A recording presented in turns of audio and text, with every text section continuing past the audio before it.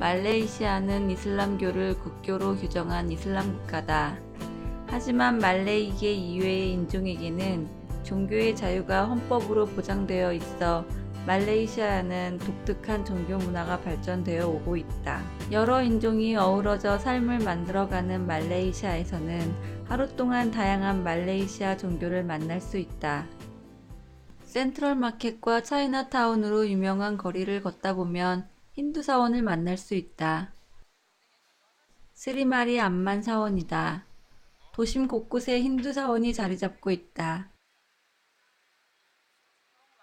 사원 옆에는 기도를 드릴 때 사용하는 꽃들을 파는 상점이 늘어서 있다. 스리마리 암만 사원은 1873년에 건립되어 가족묘로 쓰이다가 1920년대 말 대중에게 개방이 되었다. 사원에 들어가기 위해서는 몇 가지 규칙이 있다. 짧은 치마나 민소매 등을 입고서는 입장할 수가 없다. 이런 규칙을 모르고 왔다가 그냥 발길을 돌리는 여행자도 심심치 않게 볼 수 있다. 요즘 인터넷에 조금만 수고를 들여 찾아보면 이러한 정보쯤은 쉽게 알 수 있는데 그렇게 하지 않은 사람들이 생각보다 많은 것 같았다.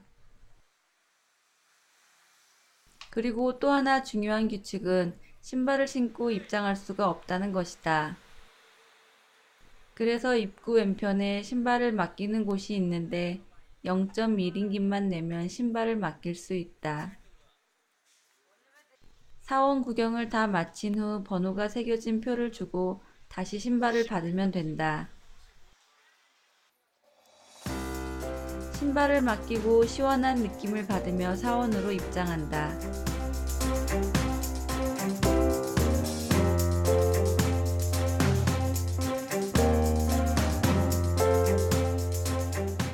사원에 입장하기 전 기도부터 드리는 현지인의 모습에 내 행동을 좀 더 조심스레 한다.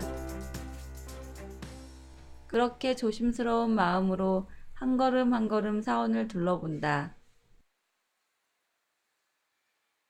사원에 들어가서 가장 먼저 내 시선을 사로잡은 것은 색깔이다. 세계 나라라 불리우는 만큼 형형색색의 색깔이 아름답다. 힌두교에 대한 지식이 전무해서 벽에 장식되어져 있는 조각상 그리고 색깔 등이 의미하는 것을 알 수 없어 답답함마저 느꼈다. 여행지에서는 많이 알아야 많이 보인다는 말이 절로 실감났다.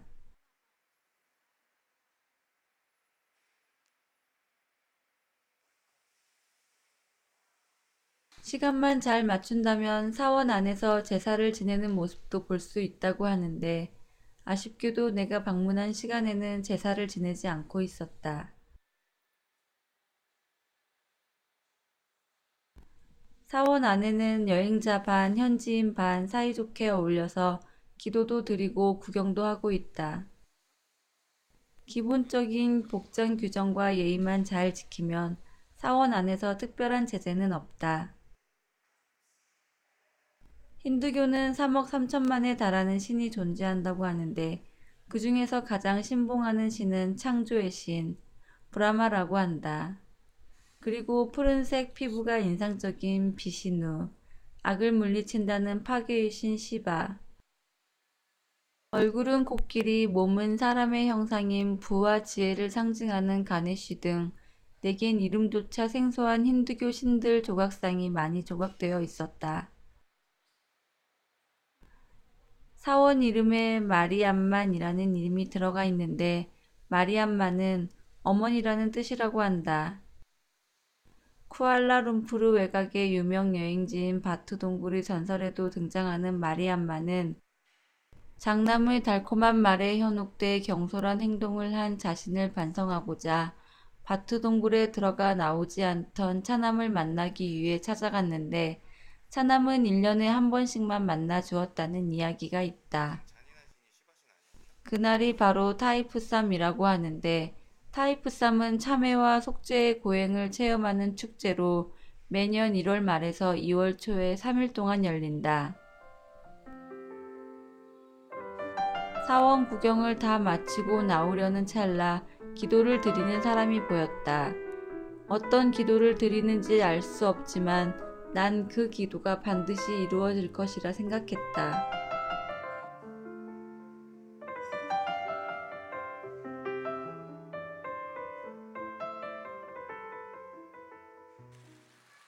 스리마리 암만 사원에서 차이나타운 방향으로 5분 이내 거리에 중국 식풍의 사원을 만날 수 있다. 말레이시아는 거리 곳곳에 다양한 사원이 많이 있다. 거의 다 개방이 되어 있어서 여행자들이 현지 문화를 쉽게 체험할 수 있다. 지금 보는 사원은 관디 사원이다. 관디. 왠지 낯익은 발음인데 관디는 바로 삼국지의 명장 관우를 말하는 것이다. 입구에서부터 위용 있는 조각상들이 나를 바라보고 있다. 왠지 무섭다. 왼쪽 길을 따라 조심스레 안으로 들어가 보니 명장 관우에 관련된 조각상이 많다. 말에 올라탄 용맹스러워 보이는 관우 장군의 모습이 인상적이었다. 지금도 마치 전장을 누비고 있는 관우의 모습처럼 느껴진다. 사원 내 관우가 타고 있던 적토마를 비롯해서 전쟁에서 사용했던 청룡도도 볼 수 있다. 그 칼을 직접 만지면 사람을 보호할 수 있는 특별한 능력이 생긴다고 믿어 누구나 한 번쯤은 행운이 찾아오길 빌며 칼을 만져본다고 한다. 관디 사원은 이른 아침에 방문하면 가장 좋다고 한다. 그 이유는 중국 현지인들이 사원에서 기도를 드리는 모습을 볼 수 있기 때문이란다. 현지인 삶의 모습을 보는 것처럼 자유여행이 주는 좋은 점은 없지 않은가. 지금 시간은 오후. 아쉽게도 많은 인원이 기도를 드리는 모습을 보지는 못했지만 한두 명씩 찾아와 기도 드리는 모습은 볼 수 있었다. 어떤 꼬마 와서 기도하더라. 저 꼬마.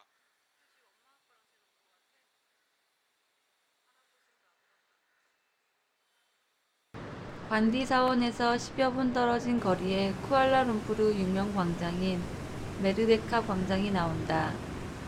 이 메르데카 광장 주위에는 가톨릭 성당이 있다. 세인트 메리 대성당이다. 광장 분수대 너머로 보이는 성당 모습이 상당히 고풍스럽다. 1894라는 숫자가 성당의 건축 연도를 가늠하게 해준다.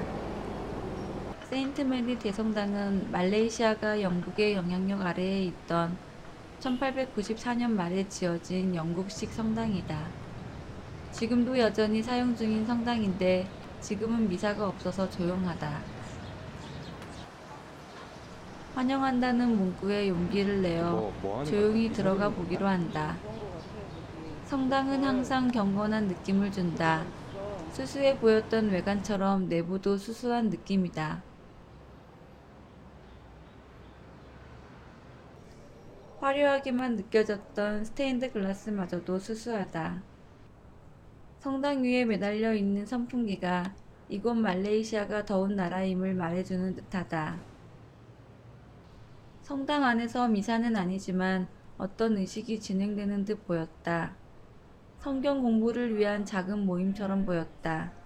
그들의 경건함을 방해하기 싫어서 난 조용히 성당을 빠져나왔다.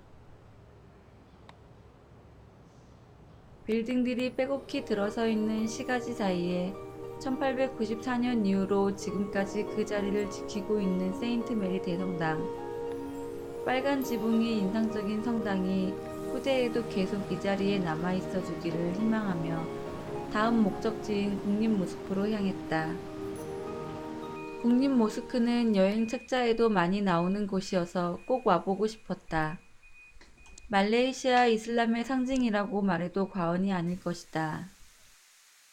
아름다운 건물 그리고 높이 솟아있는 첨탑이 매우 인상적인 첫 느낌이다. 국립모스크는 방문객의 출입 시간이 정해져 있다. 정해진 시간 이외에는 출입을 할 수가 없다. 국립모스크에 들어가기 위해서는 보라색 천을 남녀 구분 없이 방문객이라면 모두 둘러야 한다. 그리고 신발 역시 벗고 맨발로 들어가야 한다.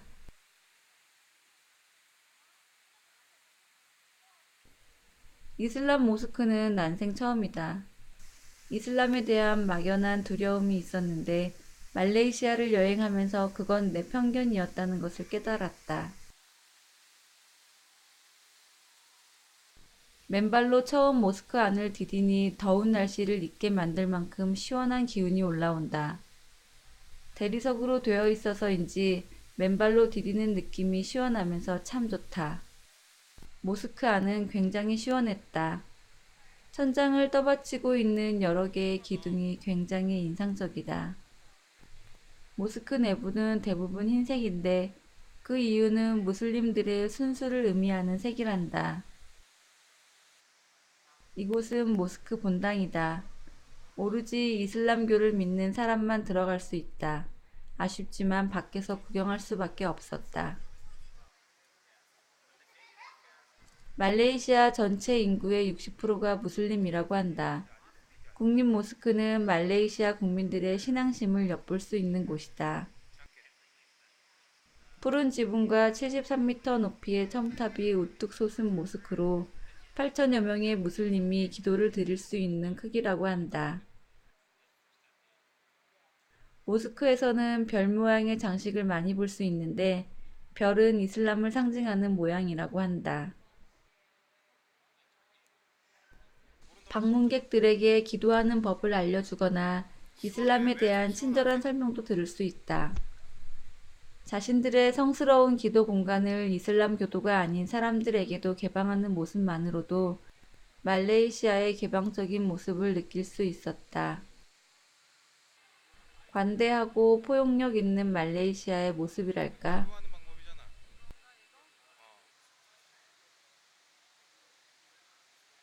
다 적어야 모스크 안은 밖의 더운 날씨와는 다르게 무척이나 시원했다. 잠시 앉아서 쉬어가기에 딱 좋은 장소이다. 그래도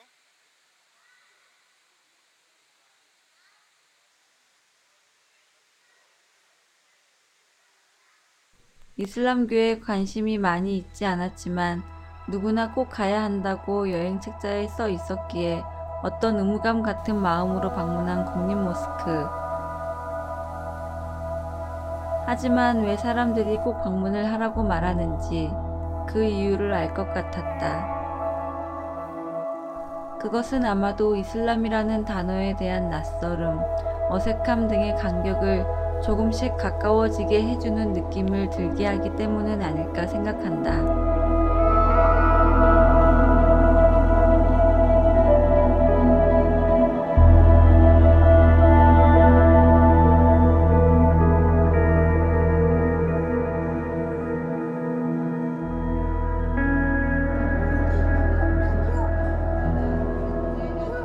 금방 가겠다. 여기 또 지하철. 해가 뉘엿뉘엿 해질 무렵 오늘 하루 마지막 여행지 바투 동굴로 향했다. 바투 동굴은 KL 센트럴역에서 전철을 타고 갈 수 있다. 쿠알라룸푸르가 여행하기 좋은 것 중 하나는 웬만한 여행지는 전철 같은 대중교통을 이용해서 갈 수 있다는 것이다. 현지 꼬마 아이들도 나처럼 즐거운 모양이다. 해외에서 그 나라의 대중교통을 타는 것은 내게는 참 즐거운 일이다. 저거 같지 않니? 바투 동굴역에 내리면 바로 바투 동굴과 연결이 된다. 보이냐? 여기서 내리자마자 호기심을 자극하는 풍경이 눈에 확 들어온다. 그러게.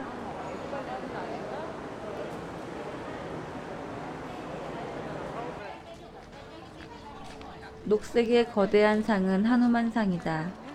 하누만은 원숭이 형상을 하고 있는 인도 신화에서 지위가 낮은 하위 신이면서도 대중으로부터는 많은 사랑을 받고 있는 신이다. 어딘? 주인인 람에 대한 충성심을 보여주기 위해 생사를 찢어 가슴속의 형상을 보여줬다는 신화에서 보듯 하누만은 충성심의 표상이라고 한다.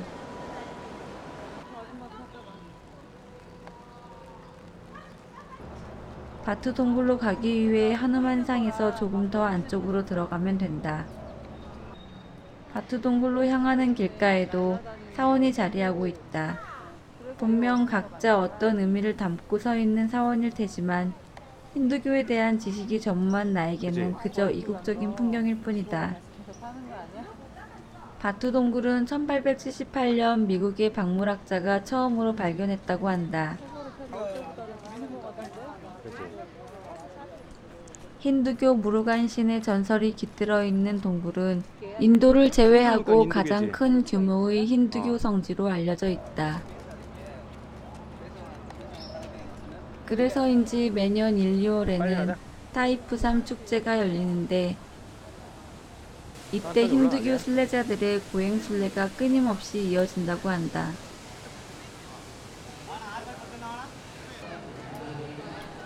바트 동굴로 들어가는 입구에서 마주친 또 하나의 커다란 동상, 무르간상이다. 엄청난 크기에 압도를 당하는 느낌이다. 무르간은 시바신의 아내인 스리마하 마리암만의 둘째 아들이다. 바트 동굴은 이 무르간과 스리마하 마리암만에 관한 신화가 전해져 내려오는 곳이기도 하다. 바트 동굴을 오르기 위해서는 총 272개의 계단을 올라야 한다. 인간이 태어나 평생 살면서 저지를 수 있는 죄의 수라고 한다. 그렇게나 많나 하는 생각을 하면서 계단을 올랐다. 왼쪽부터 과거의 죄, 중앙은 현재의 죄, 오른쪽은 미래의 죄를 뜻하는데 오르내리면서 참여한다는 의미가 있다고 한다.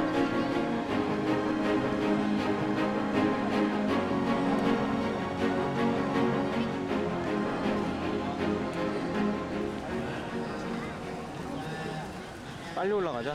계단을 막 오르려고 하는데 있잖아. 계단 옆 사원에서 제사를 지내고 있었다.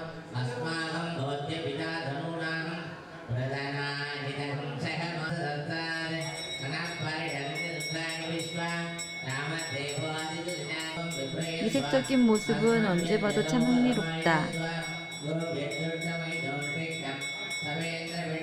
여행자인 나는 흥미로운 시선으로 보고 있지만 사원 안에서 제사를 지내는 저들은 참으로 진지하다.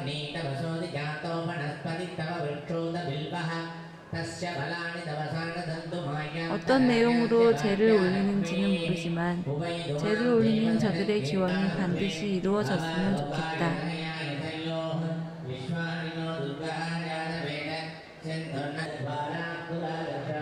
드디어 계단 입구.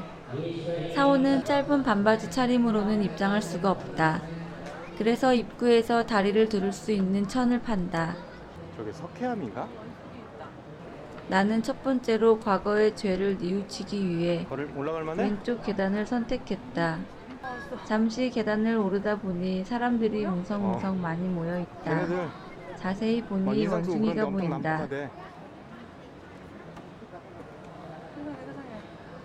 바트 동굴은 원숭이들이 무척이나 많다.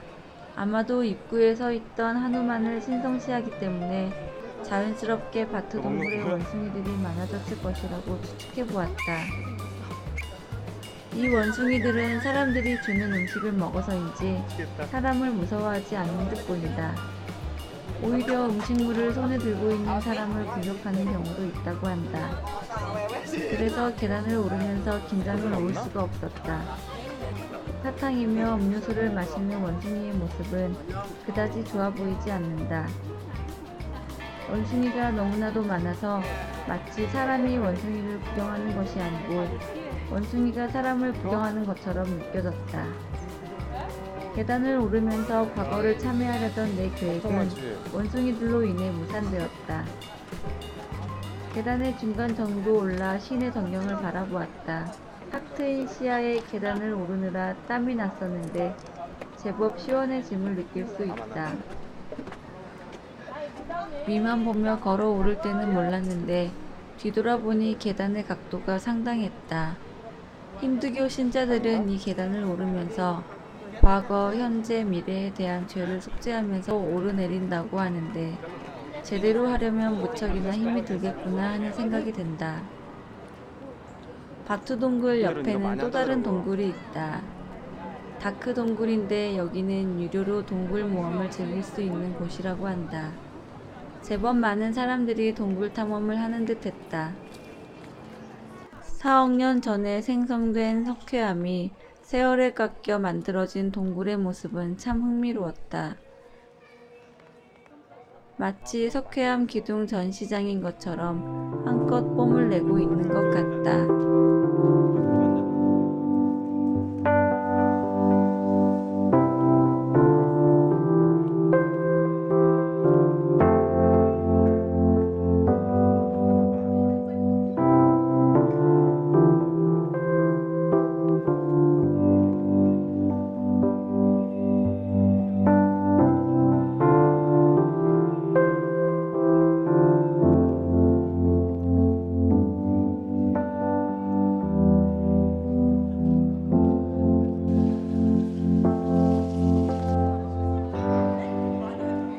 바투 동굴의 안은 상상 이상으로 넓었다.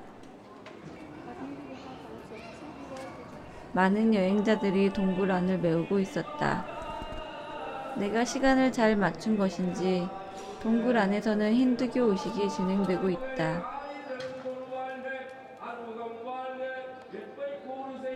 말레이시아를 여행하면서 느낀 것이지만 이런 기도 의식을 많이 하는 것 같았다.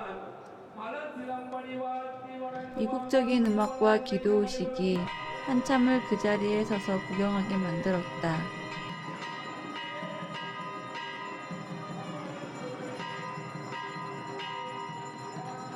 바투 동굴에 얽힌 신화가 있다고 했는데 그 신화의 내용은 다음과 같다. 힌두의 여신이자 시바신의 아내인 스리 마하 마리암만에게는 아들이 둘 있었는데 장남 카나바다는 똑똑하지만 게을렀고 차남 무르가는 착하고 우직한 성격이었다고 한다. 스리 마하 마리암만은 두 아들에게 가장 소중하다고 생각되는 것을 선택해 그 주위를 세 바퀴 돌고 오는 사람에게 자신의 자리를 물려주겠다고 했는데 첫째는 떠나지 않고 집에서 편히 쉬고 있었고 둘째인 무르가는 지구를 세 바퀴 도는 고행을 했지만 스리마 마리암마는 집에서 쉰 첫째가 스리마리 마리암마의 곁을 세 바퀴 돌면서 제게 가장 소중한 것은 어머니라고 한 말에 감동받아 자신의 자리를 첫째 카나바다에게 물려줬다고 한다. 고행을 마치고 돌아온 무르가는 상심하며 바투 동굴로 들어갔고 뒤늦게 후회한 스리마하 마리암마는 바투 동굴로 무르간을 찾아갔고 무르간은 1년에 단 하루만 밖으로 나와 어머니를 만나 주었는데 그날이 힌두교 축제인 타이푸삼이라고 한다.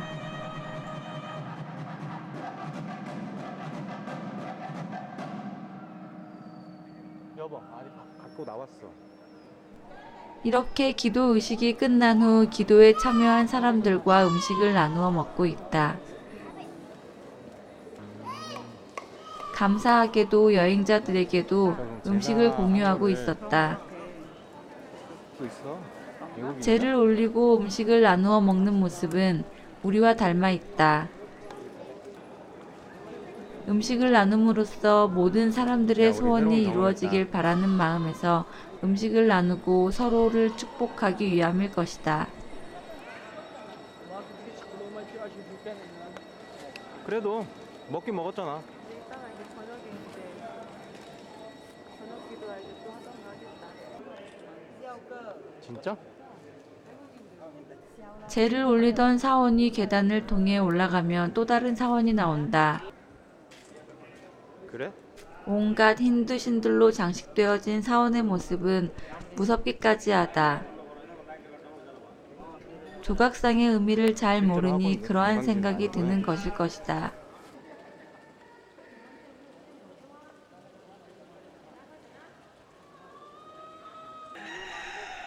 바투 동굴 곳곳에 많은 힌두 신상들이 있고 어디에서든 힌두 신자들은 기도를 올리는 모습을 볼 수 있다. 주변 여행객을 의식하지 않고 자신들이 믿는 신을 경배하는 모습에 이들의 깊은 신앙심을 짐작할 수 있었다. 말레이시아는 다민족 다종교 국가이다. 물론 국교로 이슬람교가 지정이 되어 있지만 여기도 뭐 종교의 자유가 허락되어진 나라이다. 그래서 곳곳에 다양한 종교시설이 조화롭게 어우러져 있는 모습을 연출하고 있다. 말레이시아의 다양한 종교를 하루에 만날 수 있는 쿠알라룸푸르 여행. 이렇게 한 가지 주제를 가지고 여행을 하는 것은 처음이었는데 기억에 남고 다른 주제로 여행을 해보고 싶다.